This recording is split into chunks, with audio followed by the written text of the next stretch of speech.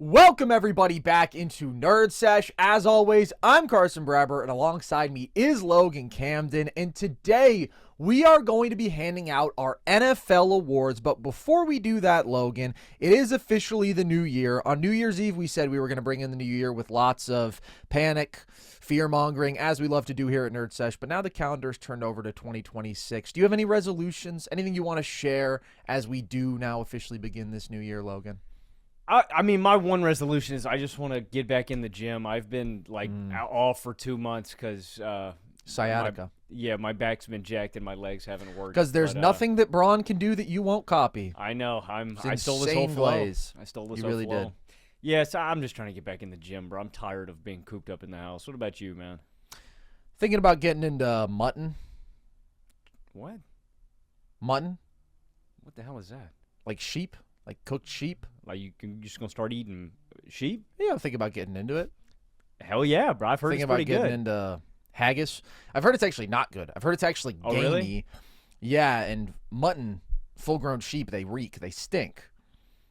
So I'm thinking about getting into I that. never really ate it, but shout out. No, neither have I. But that's what New Year's are all about, man. Try new things, right? Reaching for the stars, and if you miss, at least you'll land among the stars. Let me take that again. Shoot for the moon, and even if you miss, you'll land among the stars. Well said, bro. That's the mentality we're bringing into 2026. Speaking of stars, we're talking about them all today because we're making our NFL award picks. I didn't want to do this until the season was 100% over, but then I looked at the schedule we have ahead, and I'm like, next week, everything is going to be about the playoffs. We've got NBA to cover too, and realistically, I just don't really see anything possibly changing after this week, considering how many of these games for the players who are contending for awards are meaningless, because essentially everything is locked up except for the AFC North, the NFC South, and technically the one seeds as well. But it felt like things are locked up enough for us to officially make our award picks now. So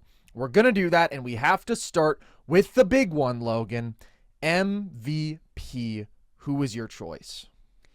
Pretty clear to me at this point after the week that we got out of Matt Stafford last week. I am going to give this award to Drake Maye, and I know there's some things that people will try to poke holes in Maye's MVP case, like the strength of the schedule and this and that. The simple thing to me is that it boils down to the fact that the New England Patriots won 4 games last season, and they are going to increase their win total likely by 9 games this season, and that's huge to me. Like, in one offseason, this guy developed with not a ton of infrastructure change around this offensive line. Like, there were a lot of moving parts in New England this season, right? They added a ton of talent defensively. They introduced Mike Vrabel. The only 2 real major changes, well, there were 3, on the offense were McDaniel stepping as an offensive coordinator, and I think McDaniels is a really good OC. Them drafting Will Campbell, who ends up not finishing this season healthily, and they add Stephon Diggs, but to me, the fact that Drake was so consistent every game, he was the most accurate quarterback in the NFL this season. He was the best deep ball thrower in the NFL, great under pressure, and statistically, his case matches up with everybody else. Like, I feel like, no, we didn't get to see him have kind of that, like, signature classic MVP moment, you know what I mean, where it's like him going toe-to-toe against a top contender. And I feel like sometimes we can get caught up in too many of those, but it's a thing. Like the Heisman moment, the MVP moment.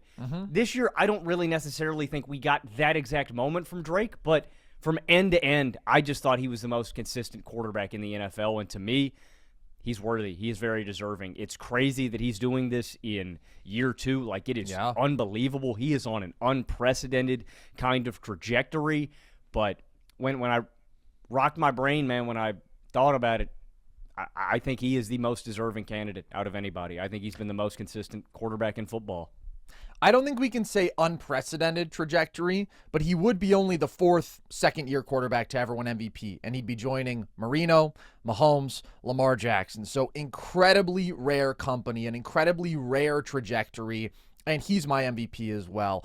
I'm going with Drake Maye. I do feel like he pretty clearly has the stronger case. This guy is number 1 in yards per attempt. He's number 1 in pass rating. He's number 1 by far in passing EPA. He's number 1 by far in total EPA. He's number 1 in completion percentage and intended air yards per attempt. He's been the most accurate quarterback in football and the most efficient while pushing the ball downfield, while slinging it downfield into tight windows to mediocre receivers with a below average offensive line under pressure, carrying this offense through the air when the run game early in the year was really, really struggling and just flat out bad until they got Travion Henderson more involved, who is another addition to this team who deserves mentioning. But the totality of that efficiency, considering the situation where he's number 1 in the league in all these different categories, is just incredible. And then if you look at the volume, he's number 2 in total yards, but he's still above Stafford there, and he's number 4 in total touchdowns. All the while, he is leading an offense that is top 2 in yards per drive, top 6 in points per drive, despite a below average offensive line, mediocre pass catchers, a run game that sucked for half the year and ended up being just mediocre. All of the numbers really do favor Drake Maye, and I believe the skill set argument also favors Maye because he can just do things that Matt Stafford at this age cannot, and they are things that are absolutely essential for the Patriots' offensive success. They, to be an elite offense, need an elite mover and creator because of their lack of supporting talent. They need somebody who can overcome pressure, and Drake Maye is number 1 in EPA per dropback under pressure this year. They need somebody who is the most accurate passer downfield in the NFL so he can consistently deliver into super tight windows because he's not getting a ton of separation from his guys. Drake Maye is all of that. He is just one of those supreme athlete skill processing guys who checks every box that is built to elevate any offense in the NFL today. And as good as Matt Stafford is, and he is awesome, he is not all of those things. He's 12th in EPA per dropback under pressure. He's 13th in completion percentage over expected. He is not the same athlete, creator, play extender. He's not as accurate as Drake Maye. He has superhero wide receivers who make incredible plays routinely. He has a great run game and a great offensive line and a brilliant play caller. Those two categories I just mentioned, EPA per dropback under pressure, completion percentage over expected, where Stafford is pretty average, Maye is number 1 in both those categories. I just think Drake Maye is the better football player in 2025. And people bring up schedule, which I do understand because the Patriots have a historically easy schedule this year, but I think there's an even more glaring difference in help, the remarkably stacked roster and great infrastructure Stafford has around him compared to a team that won 4 games last year. And yes, as you mentioned, made some improvements, but is so overwhelmingly dependent on Drake Maye lifting everything up for this offense. I just think he's doing more to elevate his team. I think he's doing things that Stafford cannot out there. And I do want to address some of the really prevalent arguments that I've seen out there that people have pushed against Drake Maye and provide some counterpoints. I've seen so many people who are just harping on schedule.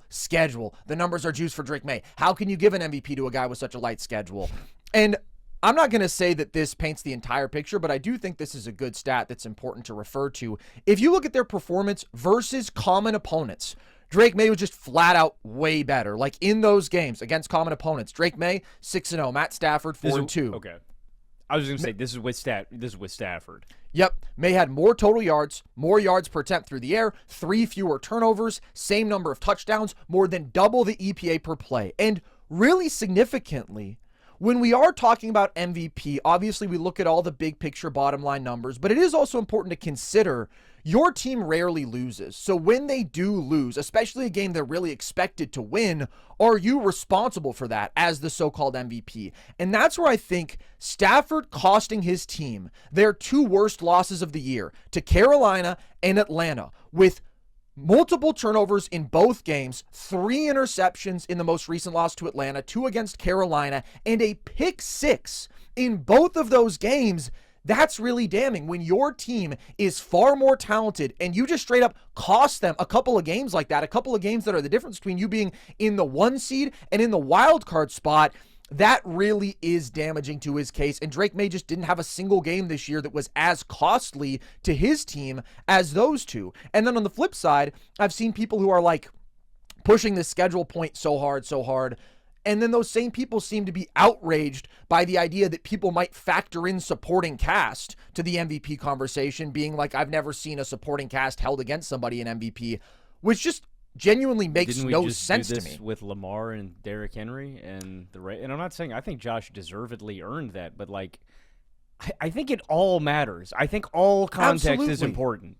Absolutely. This is what we talk about. Football is a context sport, man. There are so many interconnected things and moving parts, and there are 10 other starters out there with you just on your side of the ball. Not to mention coaching is so immensely important in this sport. I think we absolutely have to consider context a lot when we talk about value. And that's what this award is, right? It's the most valuable player. We can get into the semantics of what that exactly means, but it certainly doesn't mean to me just flat out best numbers, best statistics, because if we were going purely off of that without considering all this other stuff, we would get MVP wrong all the time. I think the clearest example we can use within the last couple years is 2023. Brock Purdy led like every quarterback efficiency category for a top 3 offense and a 12-4 team. He literally led. People are still holding on to Tua leading the league in passing yards a couple of years ago as a justification for why he's a starter in this league. It's like all of it's. That's the best example I can think of, though, dude. The Purdy one, that is A1. That is perfect. Because he literally led in touchdown percentage, yards per attempt, success rate, pass rating, QBR. That's every major quarterback metric when you just factor in passing, especially. But he finished 4th in MVP voting because of the context, all the help he had, a brilliant play caller, an incredible running back who actually finished above him in MVP voting, Ayuk, Kittle, Trent Williams. Like, he had the most stacked team around him in football at that time. He individually clearly was not as valuable as Lamar Jackson was to his team, even though Lamar, by his standards, had not pedestrian numbers that year, but not like the most remarkable jump off the page, but you knew how much he impacted the run game. You knew how much he was elevating a really middling receiving core that year, how much he was specifically driving them to be an elite football team, whereas Purdy, good football player, but much more so a product of the great situation.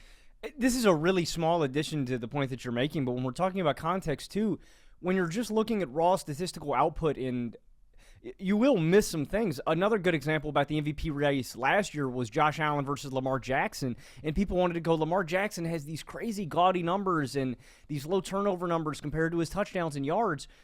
The Ravens, in credit, because Lamar had an awesome season, and like this is my best example. Historically great season. Last year was the best MVP race ever. Both those guys won MVP 90-something% of seasons in NFL history. I just want to be clear. I'm not saying this to further denigrate Lamar's case, but when we were doing this last year, because it was the topic of the NFL during the regular season, Josh versus Lamar, Josh routinely missed fourth quarters. Like, there were, I want to say, 4 or 5 games where Josh didn't even take snaps in the fourth. And it's like, again, when you were just looking at raw output and stuff like that, you were going to sometime, totally. What's the phrase? Miss the trees for the forest, man. Like, it's just other way around, but whatever. Yeah, y'all know what I mean. But we're 0 for 2 on expressions so far this show. Maybe my New Year's resolution should be to figure those out, man. Should be mutton. You should get into mutton with me. But that's another little together. That's another little small detail, man. Like, sometimes in a 16-17 game, you need to consider everything, and I think that was another little detail that people missed out on the MVP race last year.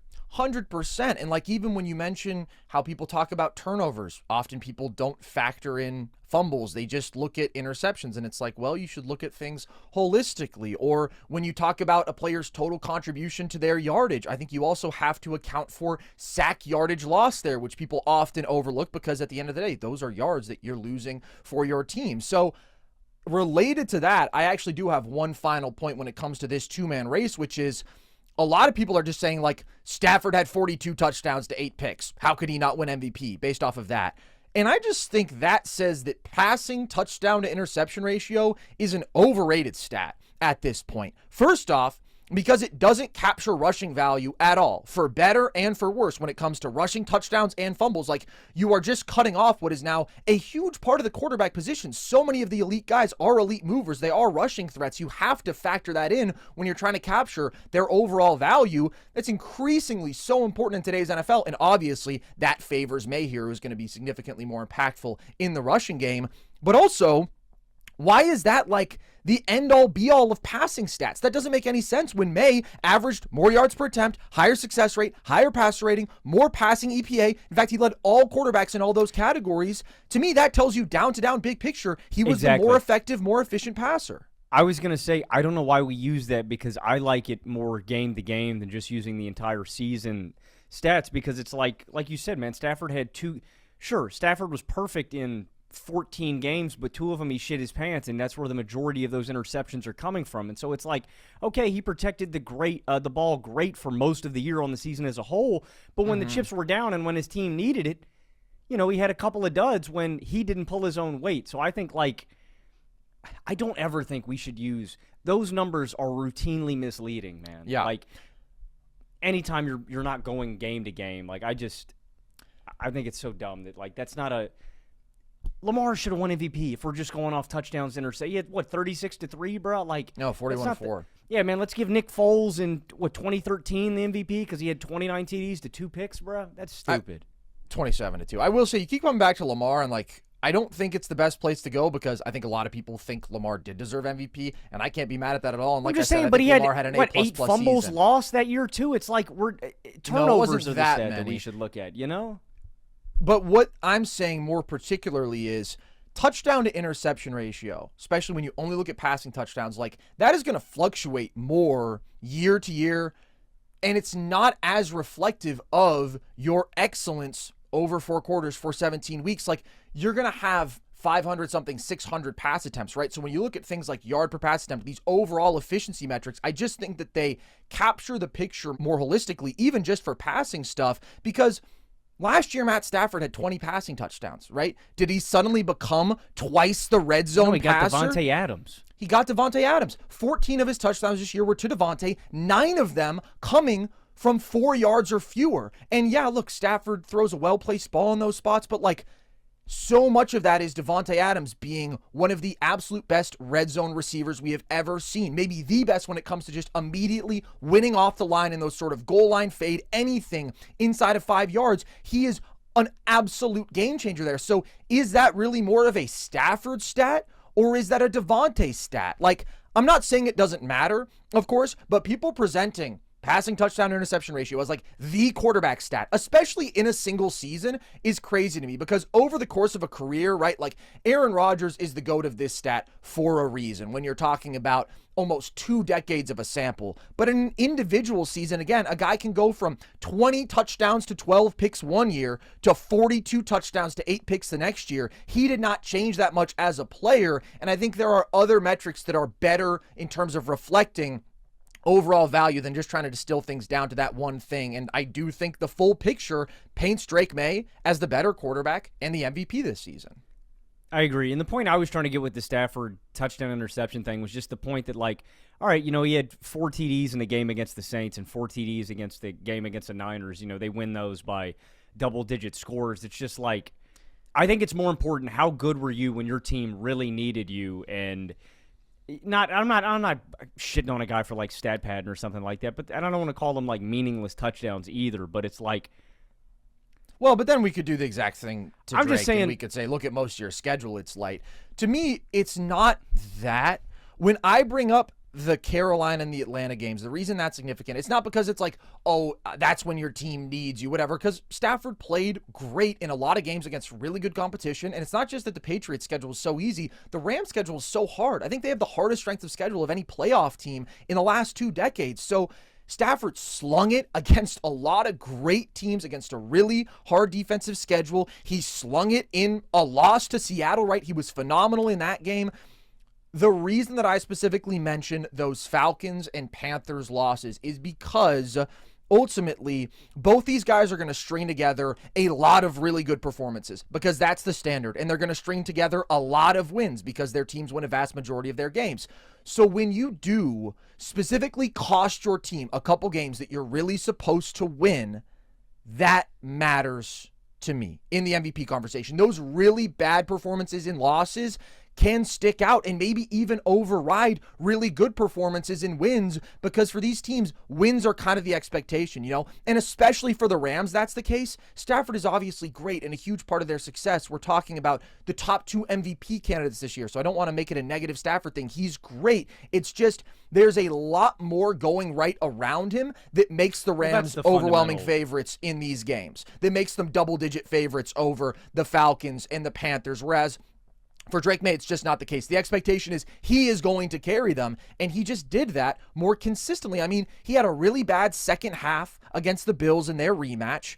He had one costly red zone interception against the Steelers, and that's 2 of their 3 losses right there. With a concuss, Logan Camden says, with a concussion. That game was overwhelmingly on Ramondre. The Raiders loss, it's bad. I actually thought Maye played solidly in that game, so we can get into such nitty-gritty details here.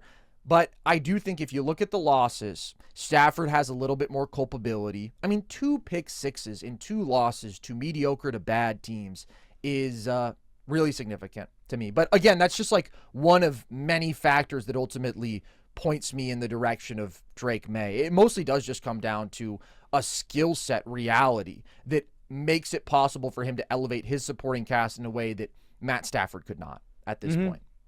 Yeah, I fundamentally agree with that. And I'm looking, and this is a final stat I wanted to mention on May's season. And obviously some of the defensive additions they made, the coaching overhauls, some of that factors in the light schedule with this stat. But I do think it's pretty interesting.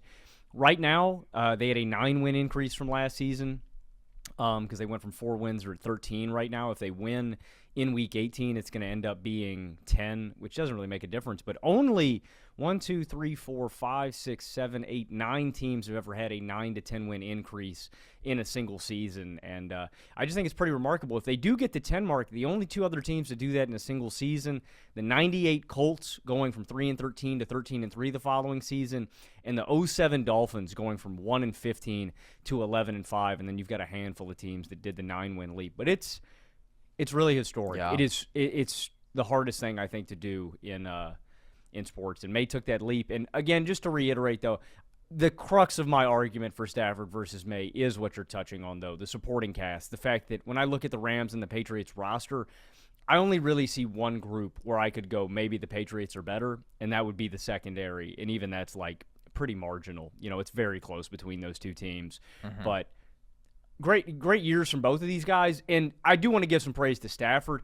The fact that before the season was started, the narrative around this guy was, holy shit, his back is writhing in pain. This guy may not play this season, and for him to have a year like this at his age, after all these injuries, Matt Stafford is, I think, probably going to end up one of the most underrated quarterbacks in NFL history because he played in one of the most competitive eras at the quarterback position in NFL history. He was on a bottom feeder of a franchise for over a decade, and I'm just in disbelief that he is still physically capable and able to do what he's doing and can do it at a top 5 level in the NFL this year. Like, he is one of the toughest SOBs I've ever seen play the position, and he is an all-time great, and I will not stand for any Matt Stafford slander, man. He is one of the all-time greats. No, I absolutely love Stafford. I've always been a Stafford guy, and like when it comes to seasons by a 37-year-old quarterback, now we're talking about in terms of guys at that age or older,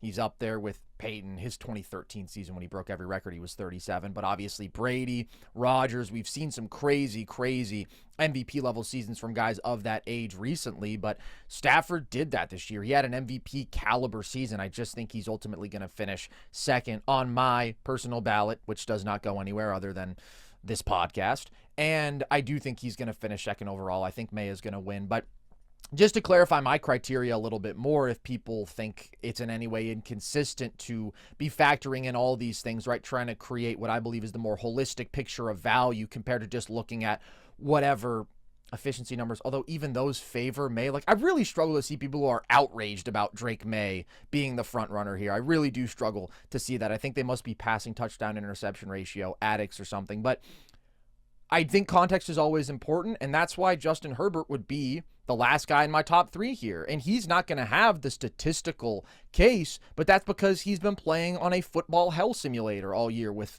the worst offensive line in football, arguably, with a run game that has been bad overall, with running backs who have been hurt. And he does and has done this year more to elevate his team than anybody who I'd have behind him. I just think he has played at an exceptionally high level. He doesn't quite have the numbers to actually win the award where Drake Maye does, but I do think if you have watched 17 weeks of football up to this point, there's a case to be made that Justin Herbert has been the best, and therefore there's an argument that he has been the most valuable, and I would have him higher in that conversation accordingly than maybe the average person. I just think he is so specifically responsible for his team winning 11 games, for them being a fringe top 10 offense in a truly special carry job kind of way. But enough about MVP.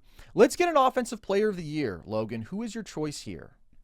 This was the toughest award that I had to pick on this ballot, and I ultimately come around to actually think this is more of a no-brainer. I considered 3 guys. In my third spot, I would have Christian McCaffrey, and I think Christian McCaffrey has quietly had a really good, kind of under-the-radar season with some of the other great positional players. He's going to end up near 2,000 total yards from scrimmage this season, 890 through the air, 1,100 on the ground. He's going to end up close. He's going to have over 15 touchdowns. He's going to zero in on 20. And it's not the most efficient campaign from McCaffrey, but I just think the sheer volume and how responsible this guy was for the Niners' offensive success down to down, like just the pure workload is so impressive to me that I did consider McCaffrey, and I thought he would have an outside chance at winning this award. Ultimately, he ends up in third. In second for me is a guy that I was waving the flag for most of the year, and that was Jonathan Taylor. And I thought Taylor was the best between the tackles and just under center kind of running back this year, like the yards after contact, all that. He just fizzled out a little bit too much for me towards the end of the season. He just didn't finish as strong. I think he probably would have been my pick. When I look at everything in totality, though, I think I have to go with Jaxon Smith-Njigba. And the final 2 components for why I thought he had to win, the yards per touch numbers, he's going to end up number 1 in the NFL this season in terms of yards per touch at 14.5. That's 20th, tied 20th in NFL history. And some of the names above him are insane. 1943, Don Hudson. 1942, Don Hudson. You better believe it, buddy. 1964, do we get a crazy like Charlie Elroy Hennigan. Hirsch? We don't get Elroy Hirsch. We do get the Damn. boy Charlie Hennigan. 2017, AB. 95, Jerry Rice. 95, Isaac Bruce. 18, Julio Jones. Just some of the great, all-time receiving seasons. But what really does it for Crazy me, Legs not on here. Crazy Legs averaged 23 yards per reception in 1951. They must not have that for some reason. 22.4 yards per touch. He'd 100% be number 1. There has to be a minimum. What is the minimum requirement? And he had 1,500 yards from scrimmage. 1.875 receptions per team game and 200 career catches. So I don't know if he doesn't meet any of those. 200 career? Yeah. Wait, I don't know is what's this up a with career these stat minimums. or a season stat? This is a single season stat. So What the maybe hell? he Well, doesn't he had meet the... both of those thresholds. This is Crazy Legs. Okay, he's number... It's Eraser. It's Thank you. erasure. Thank you. You can proceed now. The craziest stat, though, is what was going on during the middle of the season, and the fact that the Seahawks were 28th in pass attempts on the season, and that this guy is going to end up with 1,700 receiving yards. He's going to lead the NFL in yards per touch Could get and receiving yards. Because the He Seahawks could. actually do have something Exactly. to play for. Exactly. The fact that he was this absurdly productive with this low of a threshold of pass attempts, I couldn't go with anybody else. I think he was just the most explosive player in the NFL this season with the ball in his hands, the most unstoppable. And I thought he had the most complete season end-to-end. So I'm going to give it to JSN. I don't know if I can make any big claims about who the best receiver is in the NFL nowadays, but I think the top 3 is pretty clear to me, and that's JSN, Jettas, and Jamar Chase. And I think he rightfully has earned this award. Who would be 4 for you? Who would be in the top 3? I think Puka Nacua might be number 1. I think he is out of this world. Take him off my board because of his signature Jew dance. So I understand. We see what that says about you, buddy. You're still supporting Puka Nacua in the big 2026. No, I'm not supporting him as a guy. I think he's a crazy guy. I would Learned still that take Puka is Aiden Ross's signature Jewish dance and said concussions don't exist. But bro, he is fucking insane. The contested catching from him, I don't think it's out of line to say he might be the best ever. I don't know, just like the body control in the air with his size, his strength, his ability to like jostle for position, and then the ball skills, the strength of his hands. I mean, I know he didn't actually make the catch to get them into like damn near field goal range in that Atlanta game, but I thought he was going to. He was incredibly close, and it's like, all right, that's one of 10 Puka catches on the sideline, totally smothered like that this year, where you're just like, how the hell did he do that? And then you account for the fact that he's one of the best blocking receivers in the NFL. I just think he's got it all. He's crazy, crazy versatile. And I considered Puka for Offensive Player of the Year. In fact, it was honestly a two-man race between him and JSN for me. And it was incredibly tough because I do think Puka is the better receiver, big picture. I think that he had an incredibly strong finish to the season. I mean, he went 3 straight games, dude. 167 yards, 2 touchdowns. 181 yards, 225 yards, 2 touchdowns. That's 3 of the last 4 weeks. Just stupid stuff out of him. But with JSN, the consistency really is remarkable this year. I think when you talk about explosiveness, these guys are top 2 this year. They were tied for the lead in most 20-plus yard catches. JSN did have 8 40-plus yard catches, though. That's 3 more than anybody else. So that true big play, just burning people deep ability, he was head and shoulders above the league this year. But when it comes down to just that game-to-game inevitable production, I would argue that Puka had higher highs this year, but the baseline from JSN was definitely higher. He is already tied for the second most 90-plus yard receiving games in a season, trailing only 2021 Cooper Kupp. He's got 13 of those. He has 15 games with 70 or more yards. That's every game but one this season. That only trails Cooper Kupp and Antonio Brown. So the efficiency is just incredible as well. As you mentioned, he averaged more yards per touch, more yards per target, having over 1,700 yards and 10 touchdowns on a team that is bottom 5 in pass attempts is completely unprecedented. In fact, I was like, this is so unprecedented, I have to dig into the numbers, and I did. Since the merger, there have been 13 700-yard receivers, and on average, their teams have attempted 623 passes. The fewest pass attempts by the team of any 1,700-yard receiver was 566.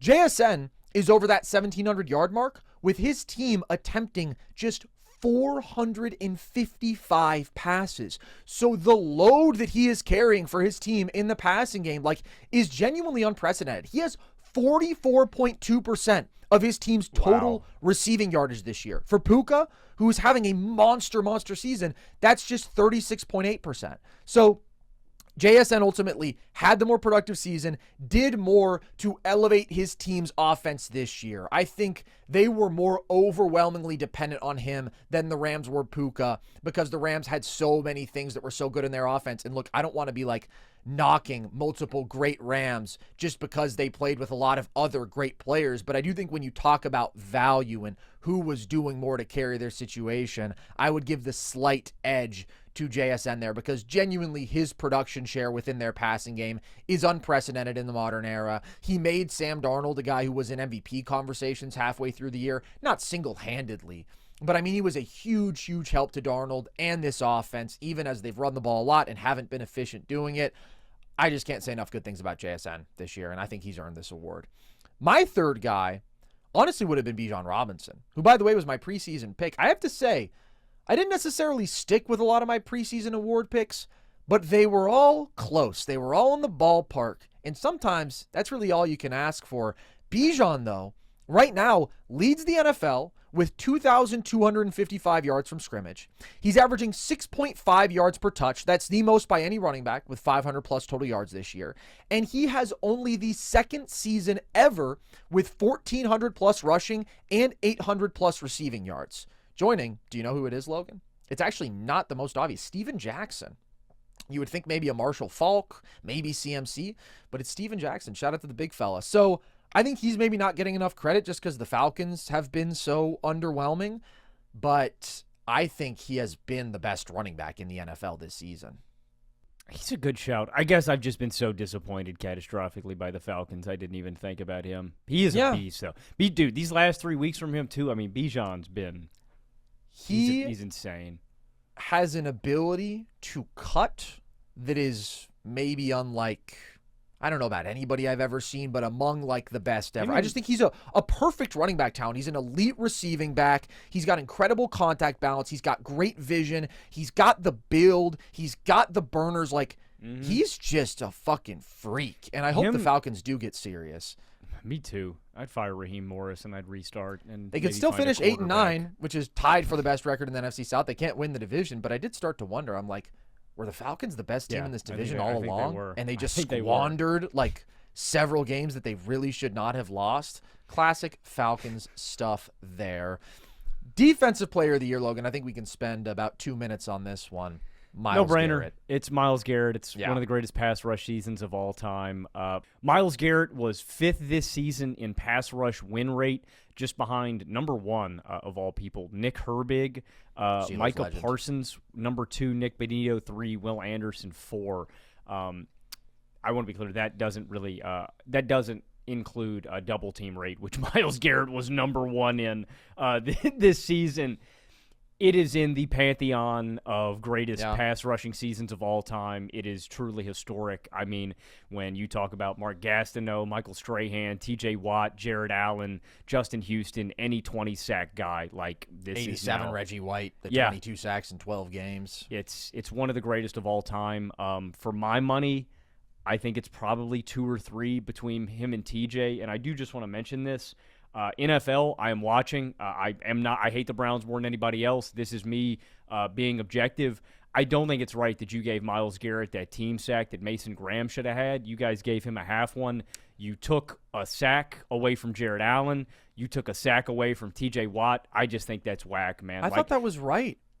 Jared Allen. Let me just say this real quick. I have a very similar play to. That they took away from Jared. I just want the NFL to be consistent. I'm not trying to hate on Myles right here. I just think that I'm a nerd. I'm a dork. I love numbers. I love stats. I like being able to go back and look at a year and go, Jared Allen had X amount of sacks and it be accurate. But it was the exact same play to me.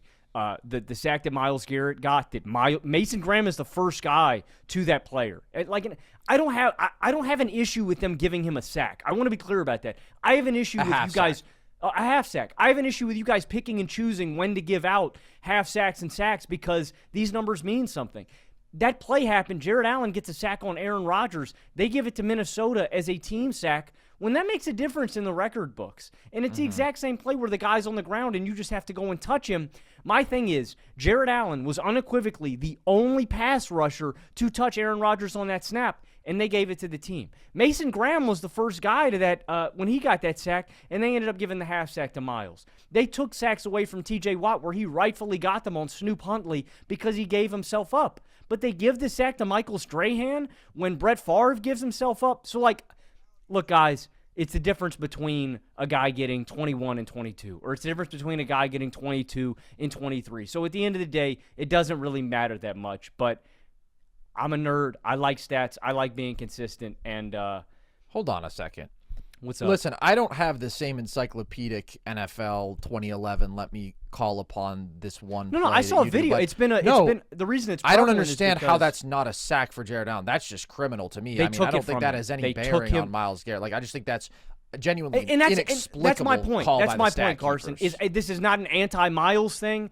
I don't like when pass rushers get sacks taken away from them, and I don't like when that is an obvious one, and it just makes me mad. It makes me mad when the NFL isn't consistent on things like this, and I think Jared Allen should have one more, or maybe two more. Yeah, I don't think that's even arguable. I mean, looking at the play that I'm watching, that is just flat out a sack by Jared Allen. But I thought that was fine, the decision that they made, because I thought that Myles Garrett's pressure was what induced Josh to slip and fall.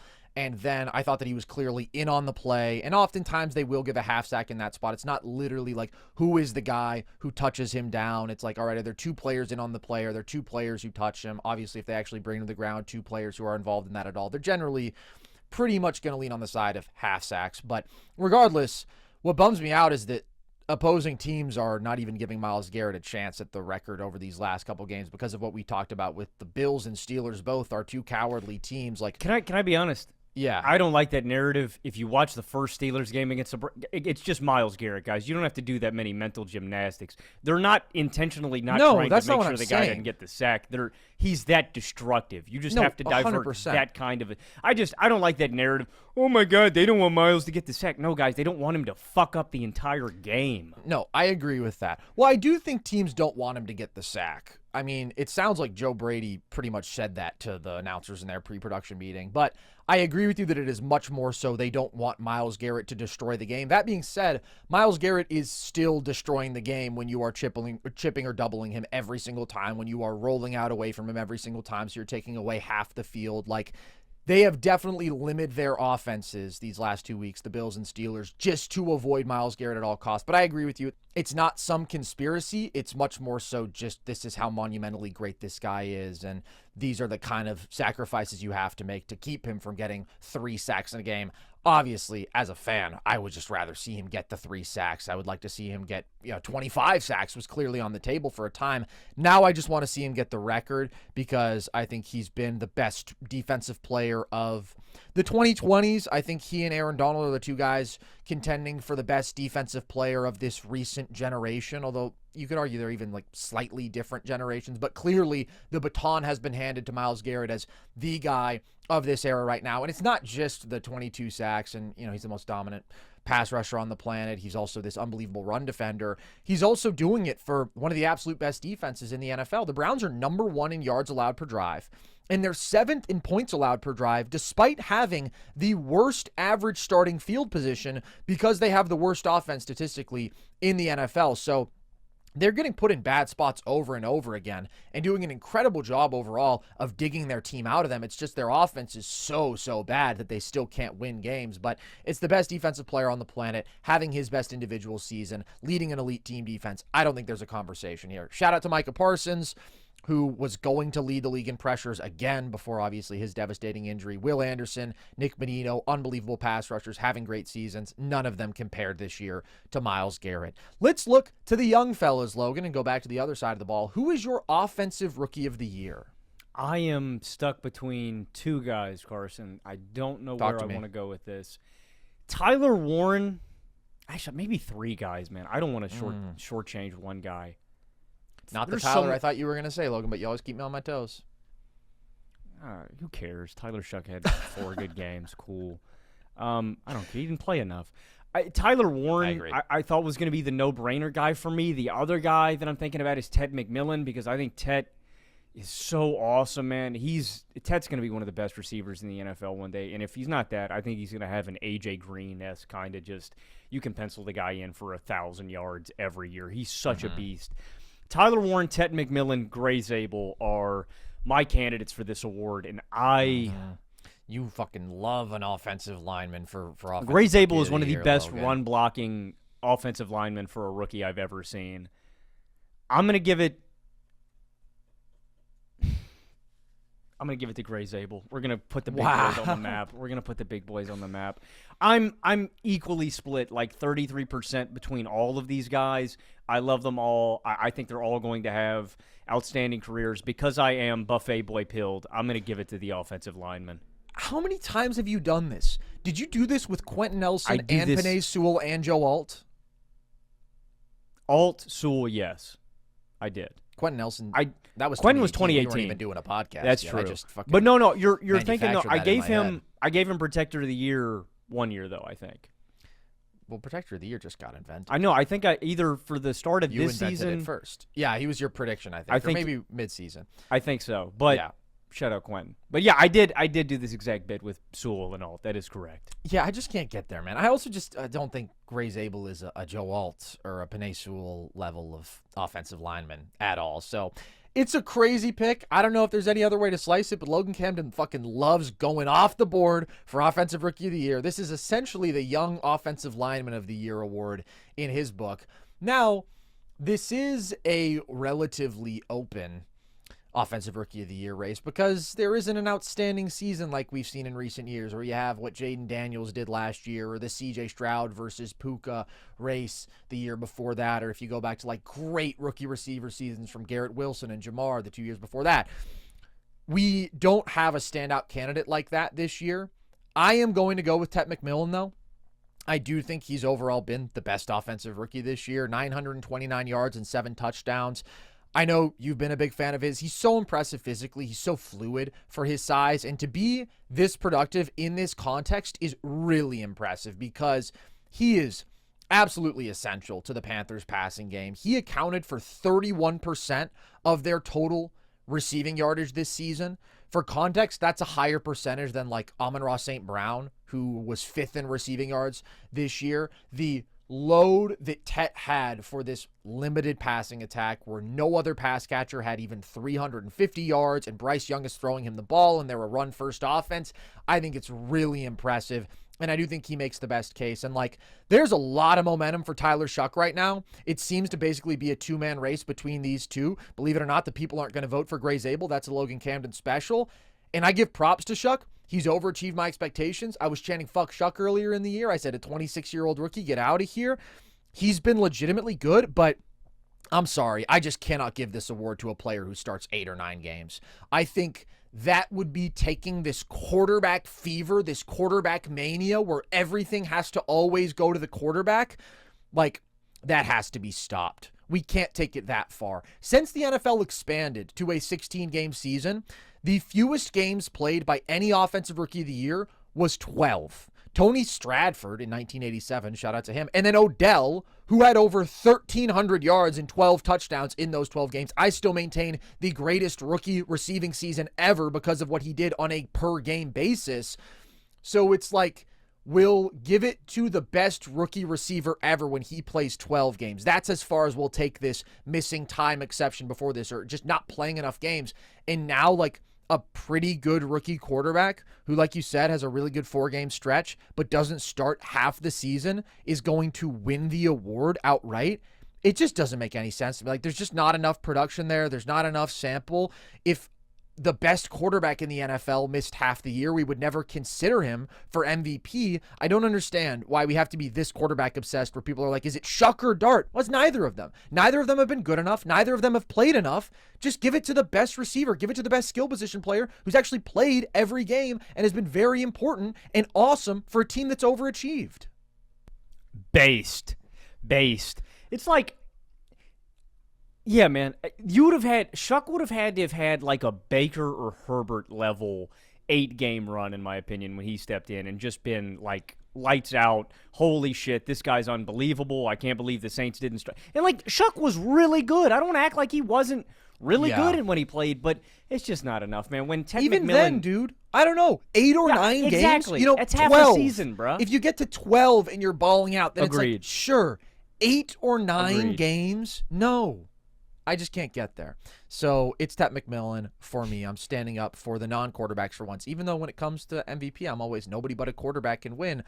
Offensive Rookie of the Year is different because, you know, you might not really have any great quarterback candidates. And this year, I just don't think there are. How about the other side of the ball, Logan? Defensive Rookie of the Year. Who do you like here? I'm going to give this to Carson Schweschinger. When you look at what he did this season, Schweschinger had, and he could still break this record. The sample works because we're at 16 games exactly, so it's evened out. Schweschinger is 4th in most combined tackles ever by a rookie. And you look at the 3 guys. Does Shaq Leonard have that record? Good shout. Shaq Leonard is 6th, but you look at the surrounding guys. Patrick Willis is number 1. He won Rookie of the Year. Luke Kuechly is number 2. He won Rookie of the Year. D'Amico Ryans, number 5. He won Rookie of the Year. Number 3, ahead of Schweschinger, Kiko Alonso. I was going to say. 2nd in Rookie of the Year voting. The guy you mentioned, Shaq Leonard, at number 6, did win Rookie of the Year. So just going off the track record, anytime an inside linebacker has had this caliber of season, they have won this award. That being said, I did consider somebody else, and that was Nick Amanawori for the Seahawks, who I think had a phenomenal year on one of the best secondaries in the NFL. I was about 50-50 coming into this one. If the Browns' defense was noticeably worse than Seattle's, you know, if like the Browns had an average defense, I think I'd be comfortable giving this to Amanawori for being on an elite defense. Considering both of these guys were on elite defenses, I give the nod here to Schweschinger, who started all 16 games for Cleveland, has been great all year long. And I just want to give some extra love to Cleveland for crushing this draft class. I mentioned this throughout the season. We're not going to talk about Cleveland anymore the rest of this year. Fannin, Judkins, Shadur, Schlesinger, they crushed it, man. Anytime you can get, and you'd like to come away with 4 or 5 guys every draft that are going to play for you, but to come away from a draft where you're getting 3 to 4 starters, that's incredible. Oh, Mason, I didn't even mention Mason Graham. Mason Graham was a first-round pick. That's insane. Dylan Sampson even has been a solid running back for them. I mean, every single player they picked has played a significant role for them. That, never happens. 2 of them are quarterbacks, but they're the 2 quarterbacks who split this season starting, and, everybody else, I mean, especially when you look at the first 3 rounds, Graham, Schlesinger, Judkins, Fannin. Great work. Really great work by them indeed. I'm also going with Carson. Shout out to the Carsons everywhere. We're on a first-name basis. Just extremely productive and active defensively. One of the most blitz linebackers in the NFL and effective doing that. Picked up 2.5 sacks this year, but just really smart, great anticipation and instincts, physical, good tackler. You mentioned where he stands among the all-time rookie tackle totals. This year, he's tied 5th in total tackles. So just a really huge contributor to an elite defense, and I do think deserves the award. But OROY, who was picked 2 picks after Carson, also a good addition to an elite secondary. I just don't think the coverage numbers are quite good enough for me to give him this award. And then the other guy who I still considered, who was my pick at midseason, is Abdul Carter, just because I do think he is still a freak athlete as a pass rusher, and he finished 8th in the NFL in pressures. So just in terms of pressuring the quarterback, he's already up there. I was going to say, the sack numbers in the NFL definitely don't reflect how effective he was. They do not. I think the sack production has to catch up, and it will, but it's probably not enough for him to win this year. Although Jared Verse only had 4.5 sacks last year, and he won. But Verse was, I would say, even better as a pass rusher. He was even higher in terms of pressures. And I do think the run defense also has to catch up with Abdul Carter. And that was just where I missed on this Giants defense, dude. That was one of my worst preseason predictions. I thought they were going to be a really good defense because I was like, yeah, the run defense was bad last year, but it'll probably be better this year, and the pass rush is going to be crazy. The run defense was even worse this year, so I do think you got to give it to Cars the Kid, as I call him. Coach of the Year, Logan. Not the biggest award, but maybe my most anticipated, the one I am most excited to talk about, because we've been bringing this up since the start of the season. There's just been so many amazing candidates this year. It's such a strong year for elite coaching at the top of the NFL. Who ends up getting your vote here? I seriously considered 3 different guys for this award. The first guy I will give a shout-out to is Liam Coen, your doppelganger. And that means he didn't win, folks. When you get a shout-out, that means you didn't win. He did not win for me. So everybody go home, because what the fuck does this matter? Although I didn't anticipate this kind of turnaround from Jacksonville. It's everything that I think you could have asked for. They're probably going to win this division. They're going to make the playoffs. Incredible single-season turnaround. The fact that Trevor Lawrence seems like he's figuring it out with Coen is the biggest deal to me. You got to unlock the franchise QB. Cohen's awesome. I love his running game concepts. He's a great coach. Ben Johnson for the turnaround that he did with Chicago this year is another honorable mention for me. I got to give it to the team that surprised me the most, and they're racking up a lot of awards already. I'm going to give it to Mike MacDonald. Seattle was the most surprising team in the NFL to me. Chicago, even though I didn't bet on them, honestly, this is going to sound funny. I think I picked all of these teams to win, 7 or 8 games. They're just middle of the pack teams to me. Ben Johnson, I thought the Bears had a chance to do it. I didn't think it was going to be this fast. He is a very worthy, deserving candidate, but I had Seattle winning 7 games, and for them to overachieve like this is massive to me. They're probably, I can't say for sure if they're going to end up with the number 1 seed, but I think they're going to end up with it. And 6 to, damn, I didn't do that on purpose. It's okay. You did it inverted. It doesn't count. Wait, but don't do it now. Let's do it. 7 to 6 wins over expected. I think that means you got to be my coach of the year. Shout out Seattle. Shout out Mike MacDonald. I think they're the surprise team in the NFL this season. It's a super valid choice, especially if you look at the totality of the coaching staff and you combine what Mike MacDonald does for that defense with what Clint Kubiak does for the offense. I think they're an incredible success story. I completely underestimated them, and like you said, they probably are going to end up with the 1 seed. They have to beat San Francisco. That's going to be a lot of fun, but my choice is the gentleman coaching in San Francisco. I'm going with Kyle Shanahan. Yeah, I know. No way! I know, dude. Wow! I actually feel sick. I feel sick. Can you rip it one time for me, though? Duval. Dude, I was just watching his press conference earlier today, and he's just so fucking attractive. I mean, he's just such a good-looking guy and I so just like his spoken. I like his demeanor, man. He's just a he's just a Well, I cuddly like guy. his face. I like the way he looks. I think he's a looker, man, and I'll objectify him because he looks like me, so I'm objectifying myself, and I do that all the damn time. Liam Coen was my preseason pick. See, this is what I'm saying about, all my picks being in the range, all them being arguable, and he is like a very, very close runner-up for me because I think he is a brilliant play caller. I think he completely overhauled the culture in a way one Logan Camden said would not be possible. Logan Camden said the Jags have a stink. I kept saying they're going to win the NFC South, and he wrote me off, and he said, I'll believe it when I see it. It's not going to happen. Liam Coen did that in 1 year. I said this is a team that has the most untapped talent in the NFL. Liam Coen maximized all that untapped talent. He absolutely pushed for the Jacoby Myers move, which changed this team's season. They've won 7 straight games. Like, he literally couldn't have done a better job. The Jacksonville Jaguars are going to win 13 games in all likelihood after they won 4 last season. He's going to become the first year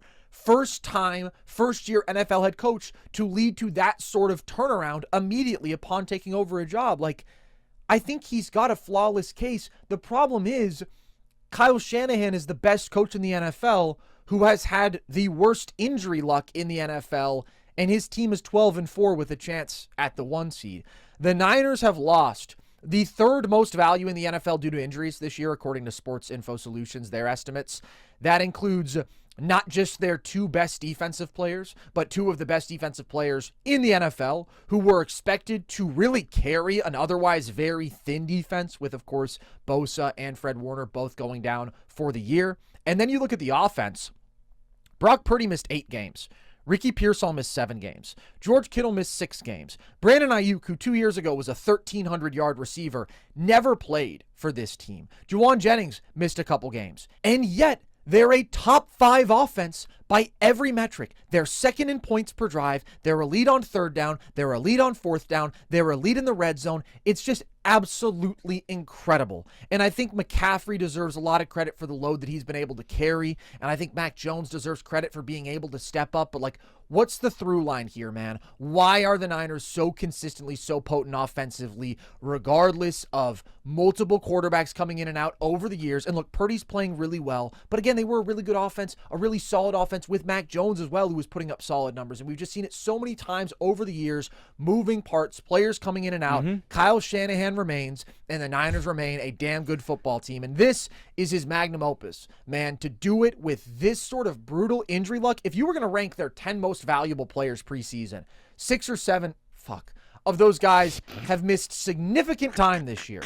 And they're 12-4, and they have wins over Seattle and the Rams, and they just beat the Bears with multiple of those guys down this past week. I don't think they're as good as their record, actually. And that's why I'm not, as high on them making a deep playoff run. I do think the defensive injuries are just too significant. But my projection doesn't matter at all because this is about what they've done. And their actual resume so far is that great for all these reasons that is mostly Kyle Shanahan. And I just think he gets the most credit for their success. I think that I really wish we had an award where we could do a coaching staff of the year too, because I think it would be interesting between San Francisco and a team like Seattle, or just a coordinator of the year or something. Well, they do. They give assistant coach of the year out, but nobody talks about it. That's fat. I mean, you mentioned all of them, and I know I mentioned this on our last NFL show too, but Deebo Samuel heading to Washington, Aaron Banks heading to Green Bay, Hufanga in Greenlaw to the Broncos. That's the other thing. I mean, the defensive losses before this That's season. What I'm saying, dude, is you're mentioning all the injuries. Yeah. It is truly remarkable, and I know that people may get tired of us hyping up the Niners like this, but it's not common. It is not traditional that a team loses these many guys in the offseason, that they have this kind of injury luck mid-season, and they still rattle off double-digit wins. I don't think you can sing Shanahan's praises enough, and no Shanahan slander will ever be tolerated, man. He is a genius, and respectfully, Kyle Shanahan could win this award every single year, man. He's a monster. Shout out Shanahan. Shout out Saleh. I love both those guys. Most wins by an NFL team since 2019. Number 1, the Chiefs, Patrick Mahomes. Number 2, the Bills, Josh Allen. Number 3, the Packers, Cowboys? tied with the Ravens. Well, no, they're not here. I'm going to be honest. Too many Dak injuries. When Dak's on the field, they're up here, and especially when they had Micah. But there you've got Aaron Rodgers playing at an MVP level for a number of those years, and then another top 10 quarterback in Jordan Love. And then you've got Lamar Jackson for the Ravens. And then tied for fifth, you have the San Francisco 49ers, who have had, obviously, like 2 major starting quarterbacks split between this time, but they've also had the stretches where it's been Nick Mullins, where it's been CJ Beathard, where it's been obviously Mac Jones for 8 games this year. Like, to have that sort of elite success, and they've had a couple down years due to brutal injury luck. That's really been the only reason that they've ever dipped. They are still one of the top 5 most successful teams. By the way, they're tied with the Eagles, who I just think have had the most stacked overall roster in that time. Like, if I'm giving MVP out to the Eagles as an organization, it's going to Howie Roseman. It's going to the roster building. With the Niners, yeah, they've accumulated a lot of talent, and this year they've won in spite of so much of that talent missing. I can't think of a greater testament to elite coaching than that. So, yeah, I think this is the best work we've seen yet from, in my opinion, the best coach in the NFL. But Liam Coen is getting disrespected in the odds in this conversation. He should be absolutely top of the list, right behind Shanahan.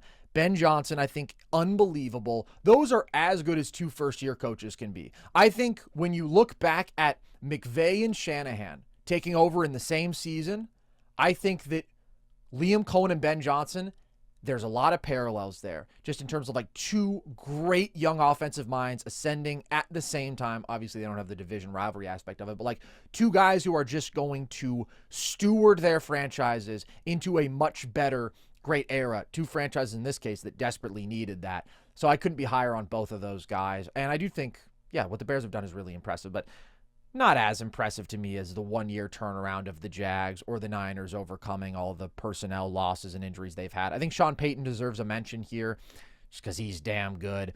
I think Mike MacDonald, absolutely, as you talked about. Dave Canales, I would even shout out just because I didn't think the Panthers were going to be 500, and I don't think they're good, but I do think he's a very good offensive coach, and I think he's a good leader.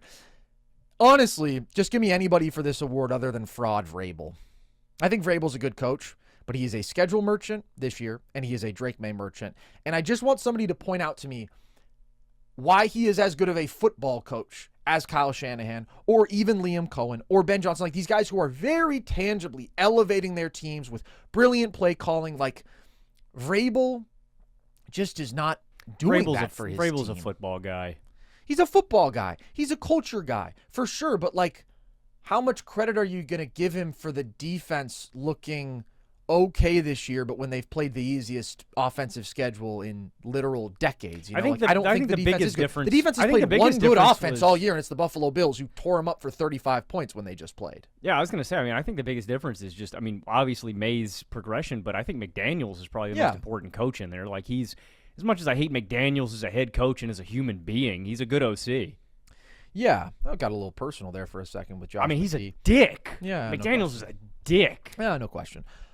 I tend to agree, and I do think Vrabel is good. Again, it's just pissing me off that all year he's been like the leader in the odds for this award. When I'm like, if we're giving it to the biggest single season turnaround, shouldn't that go to Liam Coen and the Jags? The team that doesn't have like the MVP quarterback, the team that had a quarterback who seemed to be maybe a lost cause, certainly a disappointment, who now is putting up these really good numbers and playing the best football of his life. Shouldn't Liam Coen get more credit in figuring that out than Vrabel does for just kind of taking over a situation where you already had this quarterback who was ascendant on this trajectory to being one of the greats? We talked about how great Drake May was even after his rookie year, and then he took the leap. McDaniels helped, sure, but I don't want to hate on Mike Vrabel. I just don't think he deserves this award. But, Logan, comeback player of the year goes to who for you? I am debating between 2 players who had phenomenal campaigns this year. I'm going to give it to Aiden Hutchinson, but I think Christian McCaffrey makes a great case. Damn. I think both these guys have a great shot at this. I'm going to give it to Hutchinson just because that leg injury was so brutal. That is one of the grossest leg injuries I've ever seen, and the fact that McCaffrey had the knee thing too, and that's what I'm debating, is like both of those injuries were so devastating. For both of these guys to come back and have the years that they did, it's really impressive. I'm going to give it to Hutchinson just because I was afraid that Hutchinson was never going to be able to play again. Like, how stiff his leg was at the beginning of the year, like, It was like watching Hutchinson walk on a crutch. Like if you took your leg out and you couldn't bend it, for him to end up with 13.5 sacks, 4 forced fumbles, to stay healthy the whole year, I don't have an issue with you taking McCaffrey because, again, I read off the numbers and why I thought he had a case for Offensive Player of the Year. But I'm going to give it to Hutchinson just because I was a little bit more skeptical about him returning and being the player that he was. That's interesting. I feel like that point kind of goes to CMC. I mean, I understand what you're saying just about the nastiness of the Hutchinson injury, but Christian McCaffrey is a 29-year-old running back, and deep into the offseason, this was still a story of him going to German doctors, like scrambling for solutions. Is he going to be able to play? Is he ever going to look the same? I would say I was more concerned about him just because of the age, the injury history, where obviously you can look back to 2020, 2021. There have been multiple years where CMC misses most of the season due to injury, and it's just rarer, in my opinion, for a running back of that age to bounce back like that and have such a great season. That being said, neither of them are my choice. I'm going with Trevor Lawrence for this award. Now, I'm bending the rules a little bit in terms of the criteria that the NFL gives out for this award because I think that criteria sucks. They want it to be explicitly and only about dudes coming back from some sort of significant injury or some sort of significant adversity. But my take is T-Law has a two-pronged argument here. He has a two-part comeback. He's coming back from a major season-ending injury last year, and he's also coming back in terms of his perception around the league, in terms of the caliber of football player that he is. He's the one who has made a tangible comeback or improvement in terms of his ability. CMC and Aiden Hutchinson, they've gotten back from major injuries to doing what they were doing before. Trevor Lawrence came back from a season-ending injury to play at the highest level of his career if you look at these last 5 weeks. Think about where he was last season. I mean, the Jags are 2-8 when his season ends. He had been very mediocre. I mean, he had 14 touchdowns to 8 turnovers in those 10 games, and it seemed like everybody was kind of sounding the alarm bells. Is this it for T-Law? This is like the last year for him to prove it maybe. Some people were just totally out already.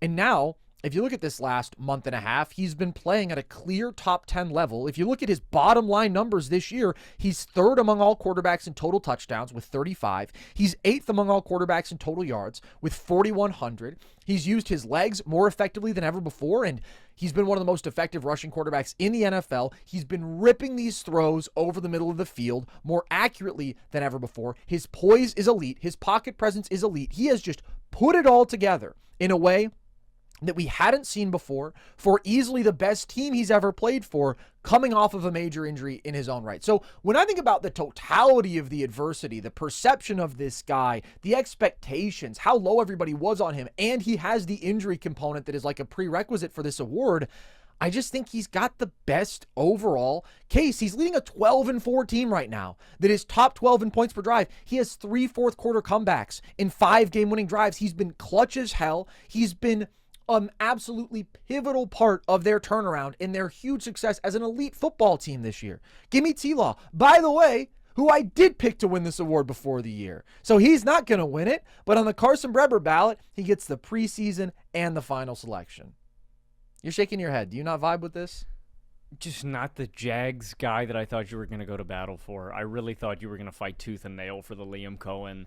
Thought about both of them. I thought about both of them long and hard.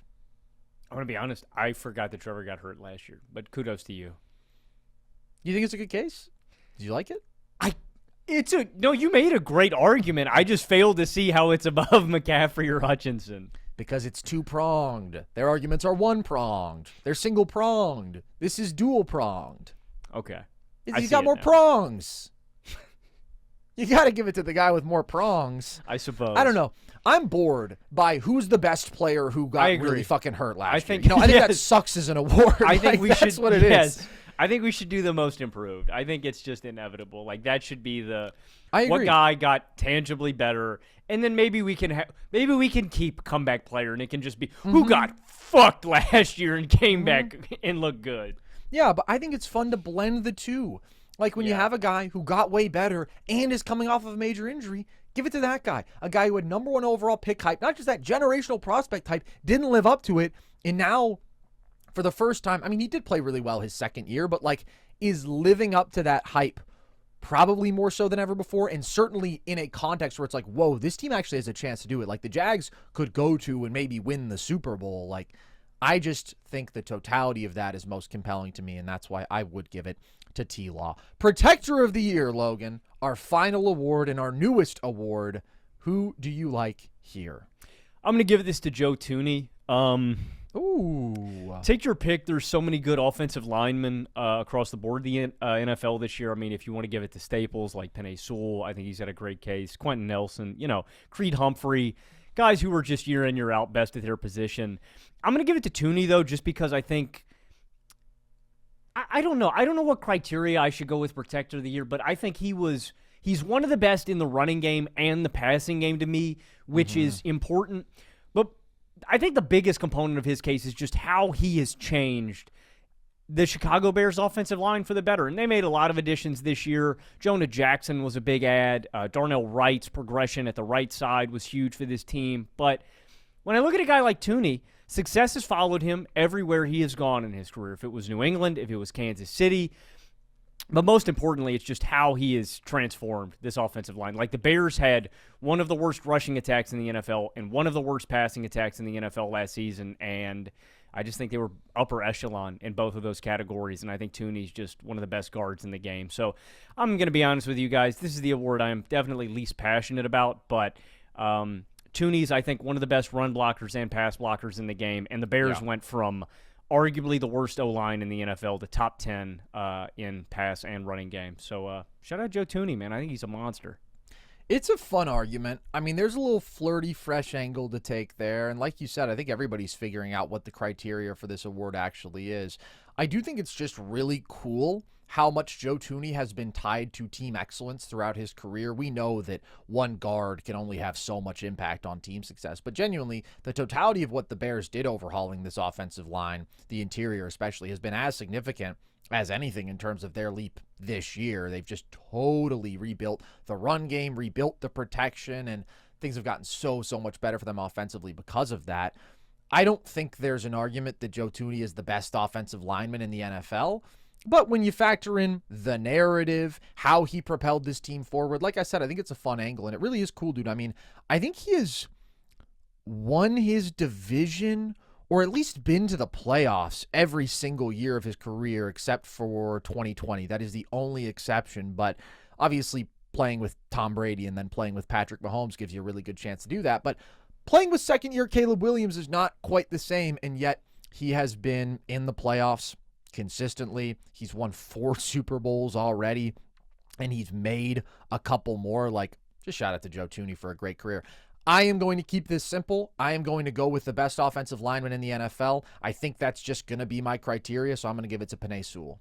I don't think there's a ton of flash to be added to this case. We don't have the same analytics and narrative angles with offensive linemen that we really do. To me, this is kind of like, all right, who was the best at the position group? And I think that that's Sewell, and I think it has been the last couple years and probably will be for the next couple years. So maybe he'll rack up Protector of the Years. I don't hate Build it. a dynasty. He's a monster. He is indeed. That was a lot of fun, Logan. Hopefully, Drake Maye does not have 6 interceptions and 0 touchdowns this week, and That would be tragic. Everything gets fucked up, but I really do feel 90+% confident that all these award picks would remain the same if we did them a week later. So there Real you quick, go. Yeah. finger on the pulse. How are you feeling about these 2 games, the only important ones of the 18 slate? I am going to take the Bucks. Well, we should count the game for the 1 seed in there too. Seahawks Niners. I'm going to take the Seahawks. Just because even though that offense hasn't been as consistent, I think the defensive gap between these two teams is utterly massive. And I just think they're the better football team. So I'm going to take them. And then the Steelers-Ravens game is the toughest, man. But I just think with TJ out and with DK out, I have to go with the Ravens. Even if Lamar isn't out there, which it looks like he is going to play, but even with Huntley, I would take the Ravens, and with Lamar, I would definitely take the Ravens. I just think it's brutal for Pittsburgh to be down 2 of their absolute best players. 100%. I think it's their best offensive play or offensive skill player, and then best defensive or best player on the team. Like, yeah, I'm going to take Baltimore too. I'm going to take Carolina. Tampa Bay is just kind of a car wreck at this point in the season. They are limping to the finish line, and then I'll take Seattle as well. So, 9-8. huge for Way game to picks. go, Tomlin. Way to go, Tomlin. Logan, do you know where we're at in our game pick competition? Are we Am I like a even? game Are we up dead on even? you? I don't know. I haven't checked from last week. Going into last week, I was a game back on you. So Yeah. I still do have the dunce cap. If you're trying to, I might break that back out if I'm cheat. I think we need to do something more sinister. Or maybe somebody just makes the other a nice mutton meal. That could be nice. Is mutton dude? I've heard lamb's Yeah. all right, bro. I'm kind of down. No, let's not conflate lamb with mutton. Mutton is sheep. It is an adult. Lambs are better because they don't stink as much. Mutton Are you eating stinks. stinky meat, bruh? That's my 2026 resolution. I haven't started yet, but that's my goal. It's gamey. It reeks. Nobody likes it. If you prepare it poorly, I'm just guessing you can even get a little bit of fur in there, probably, which is probably the way I'd do it, knowing me and how I mess everything up. But we don't have to do that. We could do something else. We could do like a 24-hour goon off. Something like that. Twerking competition. Like, there's a lot of stuff we can do. I kind of like the ASMR mutton idea more. But the thing is, bro, you never did the stand-up routine that I wrote for you as punishment for last time we I did this. performed Or no, it that was for the in front of Steelers-Bill game. That was 3 years ago. I performed it at a brewery, and then no one ever had a stand-up competition that night. So You performed it at a brewery for who? like 10 drunk people. All right. You know what? I'll take it. Didn't get captured on video, which is all that matters to our audience, so it might as well have never happened. And I even have no evidence that it happened. But this time, whatever sick and twisted punishment we decide, it's going to be strung up dealt by out. your cock and balls in the town square. No, that's a little bit too vulgar. But Punishment is I death. do like the idea of being in the town square. Okay, fair enough. Let's up the stakes in 2026. So everything is on the line. Either Logan or I will be dead by next week, which is a bummer because I'm really excited for these NFL playoffs, but there's a 50-50 chance I don't get to see them and a 100% chance I don't get to talk about them with my buddy, which is a bummer. But that's life. Dear you Lord, know? baby Jesus, and your little silk diapers, please let the Buffalo Bills win the Super Bowl this year. Or That's nice. the Trevor Lawrence-led Jaguars. I'm going to be very happy if either of those outcomes happen. I don't want to get into playoff preview talk already, but I am not excited that it is looking very likely that the Bills are going to play the Jags in the first round. I would rather play either Baltimore the Patriots or Pittsburgh. or the AFC North winner. I also just think the Jags are better than the Pats. I think they're more talented. I think Really? they're playing better now. Yeah, dude. It's a ballsy take. I like it. I don't know that it's that ballsy, but the Bills are going to have to beat whoever's in front of them, so we'll see. But, yeah, I don't know. The Jags are real good. So that's what we'll know for sure after this week. We'll see how the standings line up officially, and then we will get into our playoff preview content. But before that, we are going to react to all of the games on Sunday night, as we always do. We'll focus on the few that mattered, but those are a few really big games, and it doesn't really get bigger than win or go home or playing for the 1 seed. So that is going to be fun, seeing those ones carry the slate. If you want to join us for that, you know where to find us. It's on our YouTube channel. We are live every Sunday night through the playoffs. We are going to be live Saturday and Sunday nights when there are games on Saturdays, so that's going to be a whole lot of fun. And if you want all of our content, it's on our YouTube channel. You can listen to our full episodes across all audio platforms. Tons of NBA stuff, of course, if you're new to the channel and you want to check that out, you can. Video essays on the NBA on our YouTube channel as well. And if you want to check out our daily trivia content, clips from the show, graphics from the show, all that stuff is on our social media. TikTok and Instagram at Nerd Session, Twitter at Nerd_Sesh. So, with that, as always, we appreciate you guys. Let's enjoy this final week of regular season football. It's going to be a lot of fun. I've been Carson Brabber. I have been Logan Camden. And this was Nerd Sesh.